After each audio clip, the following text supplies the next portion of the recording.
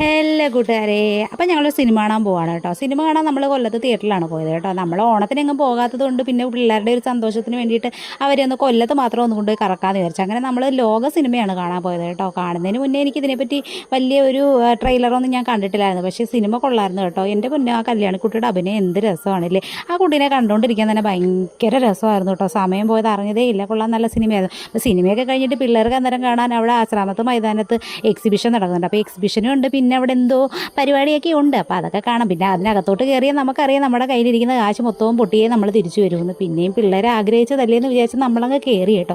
Circus ഉണ്ടായിരുന്നു. പക്ഷേ ഞാനൊരു 2-3 പ്രാവശ്യം സർക്കസ് കാണാൻ പോയിട്ടുണ്ട്. പക്ഷേ എനിക്ക് ഈ സർക്കസിനോടൊന്നും വലിയ പിടുത്തം തോന്നിയില്ല. കാര്യം എന്ന് പറഞ്ഞാൽ ഒരു പ്രാവശ്യം നമ്മൾ കണ്ടത് തന്നെ പിന്നെയും കാണിക്കുന്നത്, പ്രത്യേകിച്ച് മാറ്റങ്ങളൊന്നും വന്നിട്ടില്ല. അങ്ങനെ പിന്നെ ഞങ്ങൾ എക്സിബിഷന് ടിക്കറ്റ് എടുത്തു. ഒരാൾക്ക് 200 രൂപയാണ് ടിക്കറ്റ് കേട്ടോ. കുട്ടികൾക്ക് 155 എത്ര എങ്ങാണ്ടായിരുന്നു കേട്ടോ. എന്തായാലും നല്ല റേറ്റിനാണ് നമ്മളെ അകത്തോട്ട് ചെന്ന് കയറിയപ്പോൾ തന്നെ കുറേ കിളികൾ. ഞങ്ങൾ വിചാരിച്ചതെല്ലാം പ്ലാസ്റ്റിക്കാണ്, അല്ലെങ്കിൽ അല്ലാതെ എന്തോ പരിപാടിയൊക്കെയാണെന്ന് വിചാരിച്ചു. പക്ഷേ ശരിക്കും അല്ല കേട്ടോ. ഇത് ഒറിജിനൽ കിളികളായിരുന്നു. എൻ്റെ പൊന്ന്, എന്തോരം കിളികളായിരുന്നു എന്നറിയാമോ. ഇതിലൊരെണ്ണം വന്ന് കയ്യിലിരിക്കണേന്ന് ഞാൻ ആഗ്രഹിച്ചു പോയി. പക്ഷേ ഒരെണ്ണം പോലും വന്നില്ല. മൊത്തത്തിൽ ഇങ്ങനെ നടന്ന് പറക്കുന്നതല്ലാതെ നമ്മളെ അടുത്തോട്ടൊന്നും വരുന്നില്ല കേട്ടോ. പിന്നെ നോക്കുന്നിടമെല്ലാം തത്ത, കിളികൾ, പാമ്പ് എല്ലാ സംഭവങ്ങളും ഉണ്ട് കേട്ടോ. അങ്ങനെ നമ്മൾ കുറച്ച് വീഡിയോയും ഫോട്ടോസും ഒക്കെ അവിടെ നിന്ന് എടുത്തു കേട്ടോ. എടുക്കുന്നതൊക്കെ വെറുതെ 10 ദിവസം കഴിയുമ്പോൾ നമ്മളതെല്ലാം ഡിലീറ്റ് ആക്കി കളയും. അതെൻ്റെ ഒരു സ്ഥിരം പരിപാടിയാണ്. അങ്ങനെ പിന്നെ എന്താ ഈ കിളികളെയൊക്കെ നോക്കിക്കേ. നമ്മുടെ വീട്ടിലെങ്ങനെ പിടിച്ചുകൊണ്ട് പോകാൻ പറ്റുമോ? അവരൊന്നും തരുമില്ല. അപ്പം നമ്മളെ നോക്കാൻ വേണ്ടി ആളുകൾ വേറെ നിൽപ്പുണ്ട്. അത് നമ്മളെപ്പോഴും മനസ്സിലോർത്ത് വേണം ഓരോന്നിനും ചെന്ന് തൊടാൻ കേട്ടോ. അങ്ങനെ നമ്മൾ പതിയെ ഇങ്ങനെ വന്നപ്പോൾ ഒരിടത്ത് കുറച്ച് ആൾക്കൂട്ടം കണ്ട് നമ്മൾ നോക്കിയപ്പോൾ എന്താ അവിടെ ഒരാൾ തത്തയത് ഉള്ളിൽ വെച്ചുകൊണ്ടിരിക്കും. അപ്പോൾ എൻ്റെ മനസ്സിലും പോയി കേട്ടോ. നമുക്ക് പറഞ്ഞാൽ ഈ തത്തയുടെ തോളി വെക്കാം. തത്ത വയ്ക്കാൻ പിന്നെ പ്രത്യേകിച്ച് പാടൊന്നുമില്ല. കിട്ടിയ ഒരു കൊത്തല്ലേ, ആ കൊത്ത് നമ്മളങ്ങ് സഹിക്കണം. അത്രയല്ലേ ഉള്ളൂ.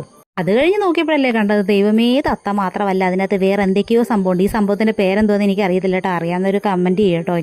അത് കഴിഞ്ഞ് പിന്നെ നോക്കിയപ്പോൾ കാണാം പിന്നെ അടുത്ത ആൾ തത്തേതായി എടുത്ത് വെച്ചുകൊണ്ടിരിക്കുന്നവർക്കൊക്കെ വെക്കുമ്പോൾ ഭയങ്കര ധൈര്യമാണ് കേട്ടോ. ഈ പറയുന്ന കണക്കൊന്നും അല്ല. ഈ സംഭവത്തിനെ കണ്ടോ, ഇതിൻ്റെ പേര് പാമ്പെന്നാ. ഇത് ഏതേനും പാമ്പാണെന്നൊന്നും എനിക്കറിയത്തില്ല. ഞാൻ ഫോണിലും ടി വിയിലും ഒക്കെ മാത്രമേ കണ്ടിട്ടുള്ളൂ കേട്ടോ. നമ്മുടെ നാട്ടിലൊന്നും ഈ സൈസ് പാമ്പുകളിൽ നമ്മുടെ നാട്ടിൽ കിടക്കുന്ന പാമ്പുകളെന്ന് പറയുന്ന റോഡിൽ കിടക്കുന്ന കുറേ പാമ്പുകളൊക്കെയാണ് കേട്ടോ. ആ പാമ്പുകളെയും ചേരയൊക്കെ കാണാറുണ്ട്. പിന്നെ നോക്കിയപ്പോൾ കാണാം ഈ ധൈര്യശാലി കഴുത്തിലെടുത്തിട്ടുണ്ട് നിൽക്കുന്നത്. ഇതൊരെണ്ണം കഴുത്തിലിടണമെങ്കിൽ നമ്മൾ 500 രൂപ അങ്ങോട്ട് എണ്ണി കൊടുക്കണം. വെറുതെ ഒന്നും ഇവരൊരു കഴുത്തിലിടാൻ തരത്തില്ല. എനിക്കൊരു ആഗ്രഹമൊക്കെ ഉണ്ടായിരുന്നു. പിന്നെ ഞാൻ വിചാരിച്ചു എന്തിനാ ഈ 500 രൂപ കൊടുത്ത് നമ്മളെ സ്വപ്നം കണ്ട് പേടിക്കുന്നത്. അത് കാരണം ഞാൻ കരുതി എന്നാലും അത് വേണ്ട.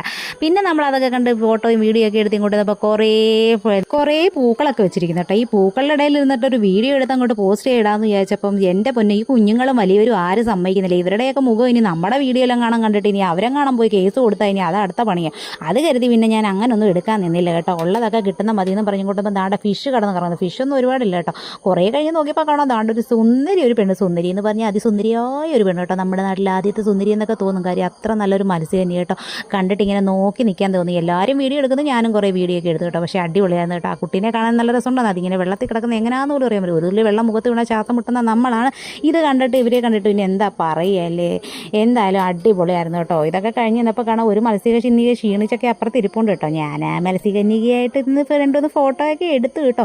അത് ഞാൻ നിങ്ങളെ കാണിക്കുന്നില്ല, കാണിച്ചത് അത്ര ശരിയല്ല. അത് കഴിഞ്ഞൊരു ബട്ടർഫ്ലൈ ഒക്കെ കണ്ട് പിന്നെ അത് കഴിഞ്ഞ് കാണിക്കുന്ന എല്ലാ ഷോപ്പിംഗ് ആണല്ലോ. നമ്മുടെ പോക്കറ്റിലിരിക്കുന്ന കാശ് പോകുന്ന വരെ. പിള്ളേരെയും കൊണ്ടാ വന്നെങ്കിൽ പിന്നെ പറയാൻ വേണ്ട. എന്തായാലും അവിടെ ഇവിടെയൊക്കെ കയറി ഇറങ്ങിയൊക്കെ പോയി. ഞാൻ വീട്ടിൽ നിന്ന് ഇറങ്ങിയപ്പോഴേ മക്കൾക്ക് ക്ലാസ് കൊടുത്തിട്ട് ഇറങ്ങിയത്. വേണ്ടാത്തൊന്നും വാങ്ങിക്കരുത്, ആവശ്യമില്ലാത്തൊന്നും ചോദിക്കരുത്. ഇങ്ങനെയൊക്കെ നമ്മൾ ക്ലാസ് എടുത്തിട്ട് പോയാലല്ലേ ശരിയാവില്ലേ. പിന്നെ വഴക്കാളി കുട്ടികളൊന്നും അല്ല കേട്ടോ. അവരെന്തെങ്കിലും പറഞ്ഞാലും ഞാൻ എന്നെ കൊണ്ട് പറ്റുന്നതാണെങ്കിലൊക്കെ സാധിച്ചു കൊടുക്കാറുണ്ട്. ആവശ്യമില്ലാത്ത ഒരു സാധനങ്ങൾ വാങ്ങിച്ചു കൊടുക്കാറില്ല. അതാണ്ട് ബെഡൊക്കെ കിടക്കുന്നത്. ഈ ബെഡൊക്കെ കണ്ടിട്ട് അത്രയും നടന്ന ക്ഷീണം തീർക്കാൻ വേണ്ടി ഒന്ന് കിടന്നുറങ്ങണമെന്നൊക്കെ തോന്നി. പക്ഷേ പറഞ്ഞിട്ട് കാര്യമില്ലല്ലോ. അവരാരും നമ്മളെ അതിൽ കിടത്തിട്ടില്ല. അല്ലെങ്കിൽ പിന്നെ വീട്ടിൽ വാങ്ങിച്ചുകൊണ്ട് പോയി കിടക്കണം. വീട്ടിൽ വാങ്ങിച്ചുകൊണ്ട് വന്നാൽ ചിലപ്പോൾ നമ്മളെ കിട്ടിയോണ്ട് അടിച്ചിറക്കും. അതാണ് അതൊന്നും വായിച്ചില്ല. പിന്നെ കുറേ ബുക്കുകളൊക്കെ ഇരിക്കുന്നത് കേട്ടോ. എൻ്റെ മോളാണെങ്കിൽ വെറും മന്ദബുദ്ധിയെന്ന് ഈ കാര്യത്തിൽ ഞാൻ പറയും കേട്ടോ.